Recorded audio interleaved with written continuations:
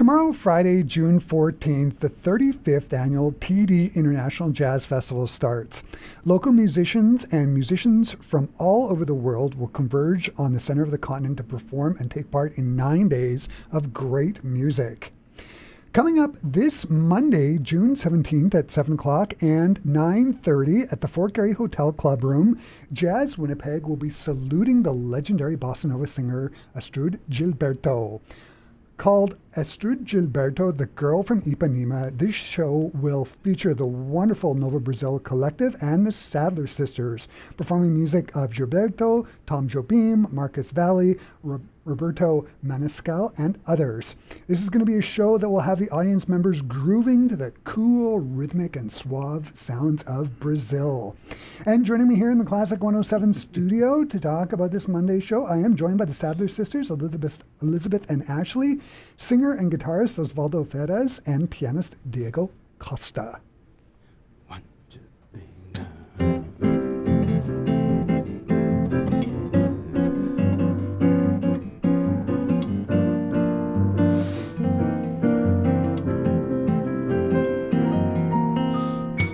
Olá, que coisa mais linda, mais cheia de graça. É ela, menina, que vem e que passa. Num dois se balança a caminhar do mar. Moça do corpo dourado do sol de Ipanema, o céu balançado é mais que poema. É a coisa mais linda que eu já vi passar.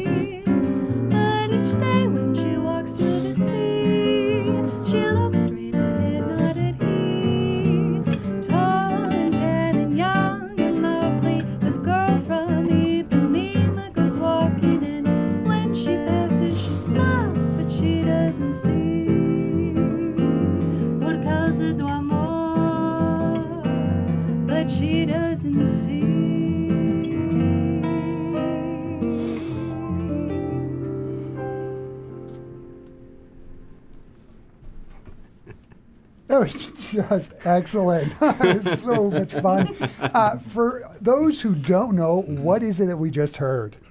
So this is the Girl from Ipanema, in Portuguese, Garota de Ipanema, one of the pinnacle songs of the bossa nova movement, as you may call. This is the composition by Antônio Carlos Jobim, again, one of the most recognized composers in Brazil and one of the father of bossa nova. lyrics in Portuguese by Vinícius de Moraes, which is like commonly known as the little poet from Brazil. Like he wrote several partnerships, songs with Antonio Carlos Jobim, English lyrics by Norman Gimbel. So yes, and one of the most recorded songs in the whole time in the history of pop music, right? Yeah, absolutely. So we had Osvaldo, Diego, Elizabeth here in studio back in March talking about the Music and Maven show when you were featuring Tom Jobim. And now this next show, it's Astrud Gilberto. She is known as the original girl from Ipanema, but she had a great deal of success singing other tunes as well. Can you talk about her? And I find it interesting how she got started as a singer. Yes, it is. It is a very interesting song. If you guys want to jump in, you can jump in. But yes, so first of all, Astrud Gilberto. Funny coincidence, we were born in the same city back in Brazil, myself and her, which is Salvador, Bahia. She was the daughter of a professional of languages, and her mother was a musician, played several instruments. Again, a lot of variety. Her father a German, her mother Brazilian. Fast forward, Astrud Gilberto went to Rio de Janeiro, met João Gilberto, which is another key personality in the Bossa Nova movement. So if you were to pick like three most important people for the Bossa Nova movement, I would say Vinícius de Moraes as a lyricist, Tom Jobim as a composer, João Gilberto as a musician. So João Gilberto was a guitarist, and he made two key contributions to Bossa Nova, I would say would be the singing style.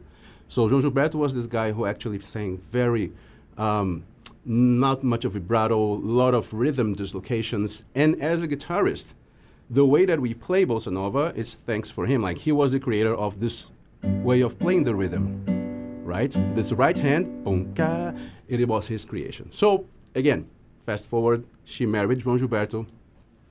Bossa Nova exploded in the United States, North America, and then Stan Getz called João Gilberto and Tom Jobim, said, I want to record you guys. So they started that project for the Getz Gilberto album. Famous Getz Gilberto album. They went to the recording studio, and the idea was to actually have a girl from Ipanema sang by João Gilberto in English and Portuguese. When he got there, Norman Gimbel came, showed the lyrics in English, and João Gilberto couldn't sing. Like he couldn't speak English. It's like it wasn't good enough. So Astrud Gilberto was there, and Astrud Gilberto actually was fluent in English, and actually she was fluent in several languages because of his father's. And she said, I can do it. I can do it. The producer at the time said, yeah, we don't have time, so please, come on. If you want to step in, step in. And, well, the rest is history. Actually, her recording was magical, and everybody knew about it. When they finished the session, was like, what just happened here, right? So much so that the single that actually sold 4 million copies is the one that they took off João Gilberto's voice out and get only Astrud Gilberto's voice in. So, yeah, that's, I would say, it's the beginning of it. And then there's an interesting history there. Apparently she was paid like $120. Yes.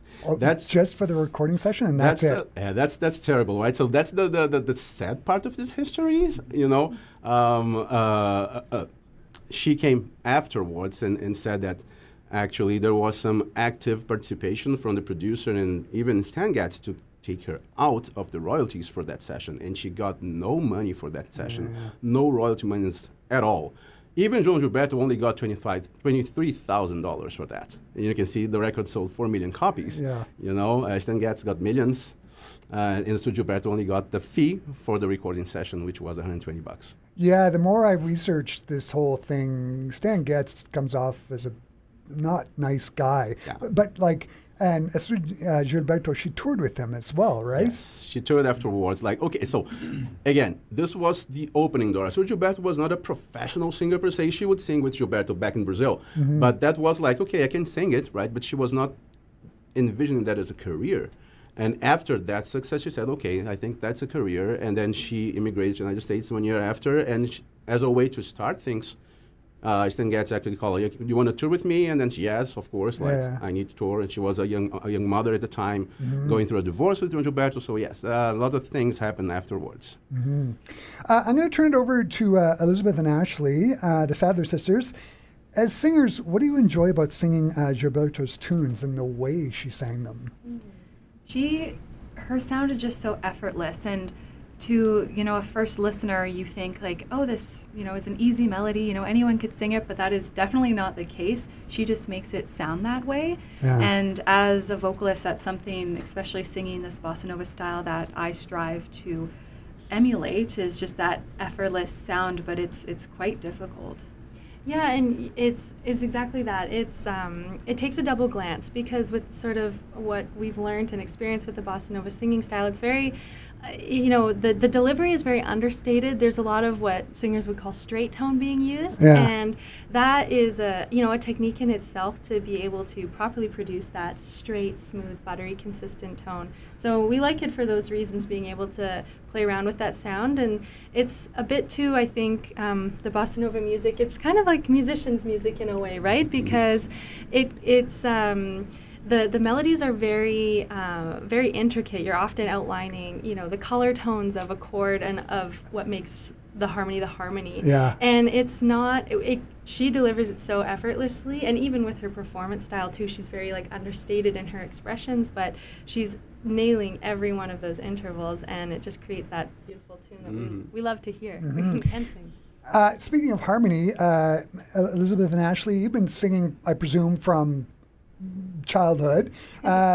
How do you go, like, when it comes to singing in harmony on Astrud Gilberto's tunes, how do you go about that? How does that process work? That's a great question, and it's funny you ask it today, because the two tunes that we brought to you don't have us singing in any harmony at all. But we chose them because, for those reasons, how quintessential and how iconic they were, and brought her into, you know, internationalizing the bossa nova music. But when we do approach with all of the other tunes on our concert, harmonizing, you know, the main things we're thinking about is, well, there's a couple things. We want to deliver the melody as she would, and she was one singer, right? So we take a lot of turns. We sing in a lot of unisons to try to get that. It's a nice challenge to sing in unisons and try to get those intervals correctly.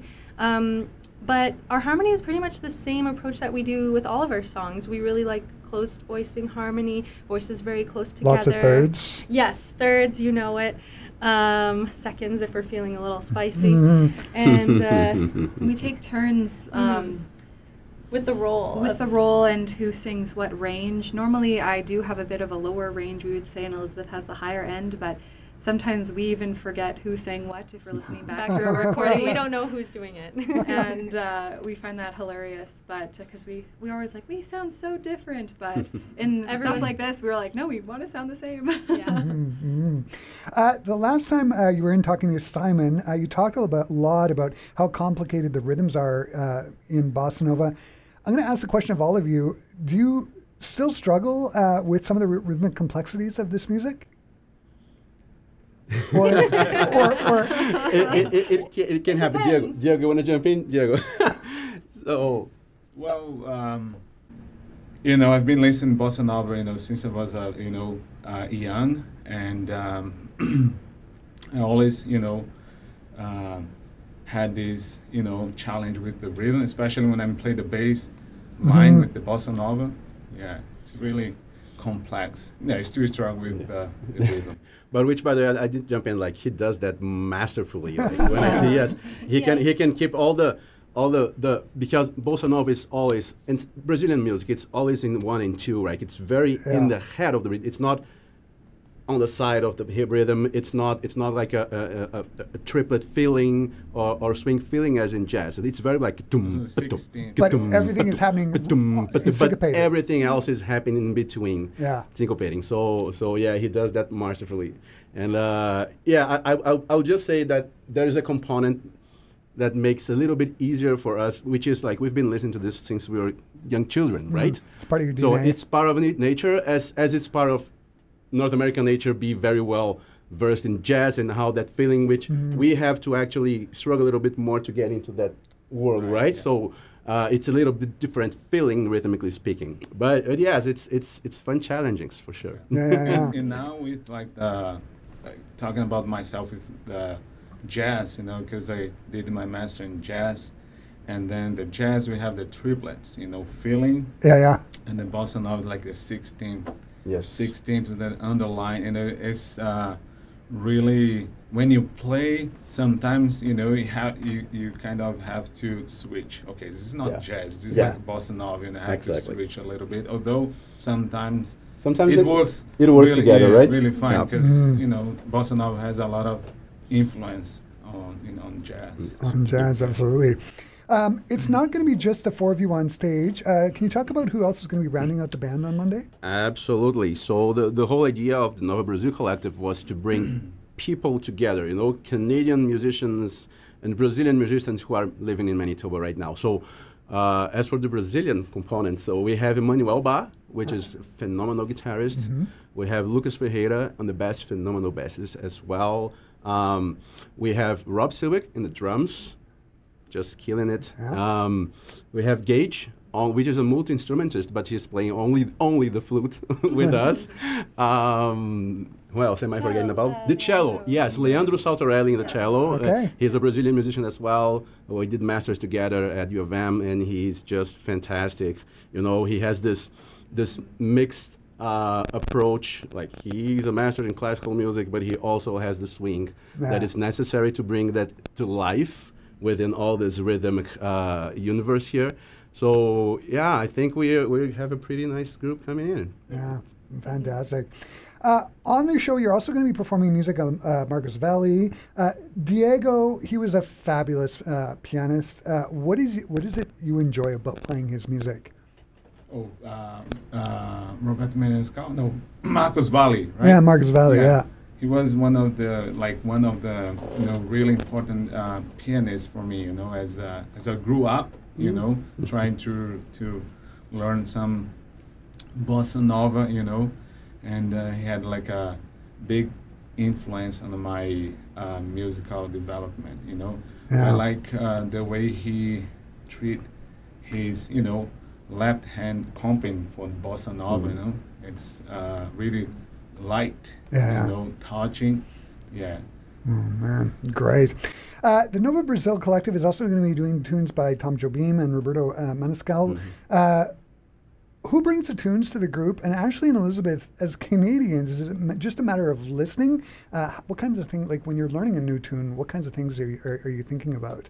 Well, I think when it comes to learning the Portuguese, we're lucky that we have some French background, so the Romantic languages kind of help give a little bit of foundation, but for myself, it's just a lot of listening and like in-depth, really getting into the song and, listening to it till you can sing it in your sleep almost, but yeah, just it really just comes down to lots of listening and how we dice that and do our practice routine is just variations of stop and start and repetition, asking for help if we need on certain pronunciations. But like they mentioned too, in your question about the rhythm, it makes it easier because we have been listening to this music for a while. Astrud Gilberto was who I first came to when I first had to Google the words bossa nova in high school at jazz camp, when I was given her standards. So it's like The Girl from Ipanema, that song, it's iconic and it's still timeless today. If, then, I guess I would have been maybe 16-year-old Elizabeth was just discovering her, and that's who I'm presented with for the first time. So it's been something that's been with all of us for a while. And Osvaldo and Diego, are you the people that bring the new tunes to the group? How does that work? Yes, it's quite interesting. So we've been talking about this for quite a while, right, Diego? So the first thing was actually what our first concert was all about. It's like bringing Antonio Carlos Jobim, because it's so within us that we just wanted to show people let's play those tunes.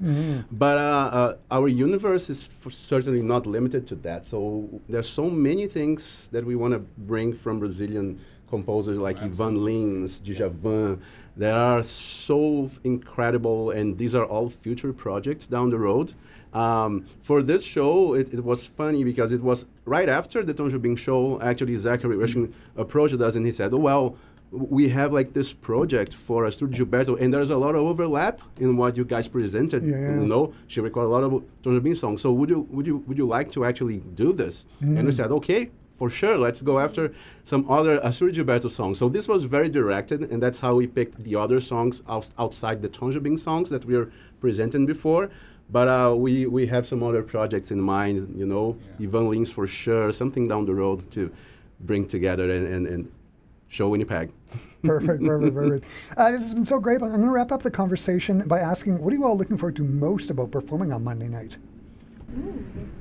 I think just the energy with, you know, Jazz Fest is such a special thing for Winnipeg. You know, Yeah. we're a festival city in the summer. We come alive. So just, I think we're excited to be fueled by that energy of the crowd and be able to share this music that we all love so much. And Yeah, I'm looking forward to doing a whole set of this and doing it 2 times in a row. You know, Yeah. it'll be fun to kind of Yeah. go from one concert to the next and as a group. But yeah, as jazz musicians, you know, we're often when we're gigging around the city, our sets are very diverse with swing and maybe a little bossa nova. But it's so nice to do a whole concert Yeah, of right. bossa nova music. Yeah, Diego, Osvaldo, you want to jump in on this? It's important, like, you know, for the musicians, you know, as a community, like, you know, there are so many things that you can learn, you know, by playing bossa nova, you know, just like think out of the box, you know, it's not only like jazz, you know, but if you really interested in bossa nova, you're gonna, you know, There's a lot learn a lot. Mhm. Yeah. Absolutely. Diego, Osvaldo, Elizabeth, and Ashley, this has been so great to have you here. The shows on Monday, June 17th at 7 o'clock and 9:30 are at the Fort Garry Hotel Club Room, and they're going to be just fantastic. My understanding is the 7 o'clock show is sold out, right? Yes, Yeah. it is. That's Yes. great, but Yeah. then there's still tickets available for the 9:30 9:30, show as yes. well, which is amazing. Thanks for taking the time to stop by and talk to me today. I thought a wonderful way to end the conversation is with more music. Can you tell us what we're going to hear? And I'll let you take it away. Sure, we'll introduce this. This is Telephone Song, a fun little song that I thought had to be included. It's very cheeky. It's about someone that's been waiting on someone for a phone call, and you know, at the end she might decide, you know what, I'm not waiting anymore. Rightfully so. There you go. Go. 1, 2, 3.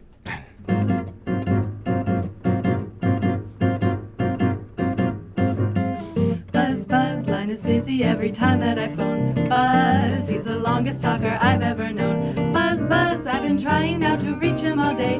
Buzz, when I get him I'll forget what to say. Should I call the operator?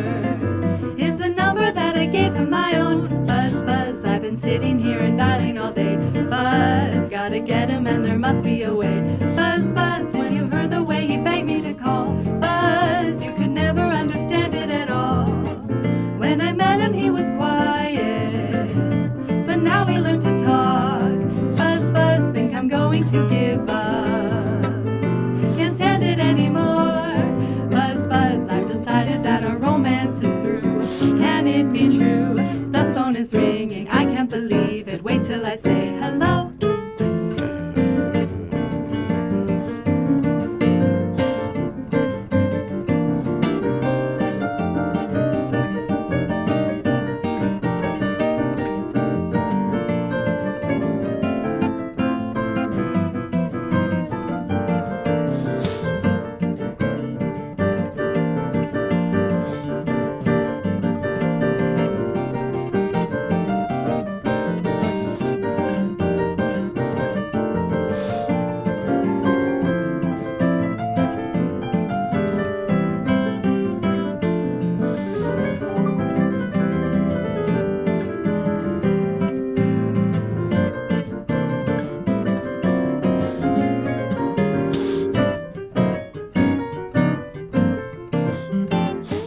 Buzz, buzz, line is busy every time that I phone. Buzz, he's the longest talker I've ever known.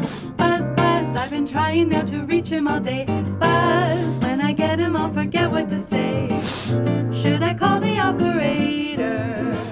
Is the number that I gave him my own? Buzz, buzz, I've been sitting here and dialing all day. Buzz, gotta get him and there must be a way. Buzz, buzz, if you heard the way he begged me to call. Buzz, you could never understand it at all. When I met him he was quiet, but now we learned to talk. Buzz, buzz, think I'm going to give up. Can't stand it anymore. Buzz, buzz, I've decided that our romance is through. Can it be true? The phone is ringing, I can't believe